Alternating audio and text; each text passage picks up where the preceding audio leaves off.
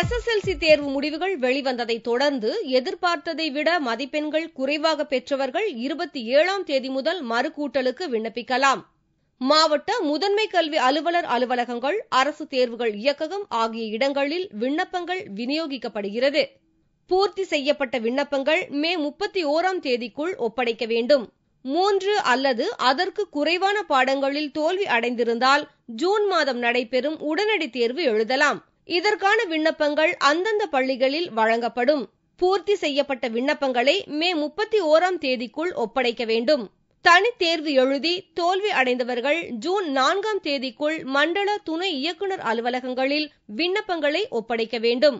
மறுகூட்டல் விண்ணப்பத்தின் விலை 205 முதல் 305 ரூபாய் வரையும், சிறப்பு துணை தேர்வுகளுக்கான கட்டணம் 125 முதல் 185 ரூபாய் வரையும் வழங்கப்படுவதாக அரசு தேர்வுத்துறை தெரிவித்துள்ளது.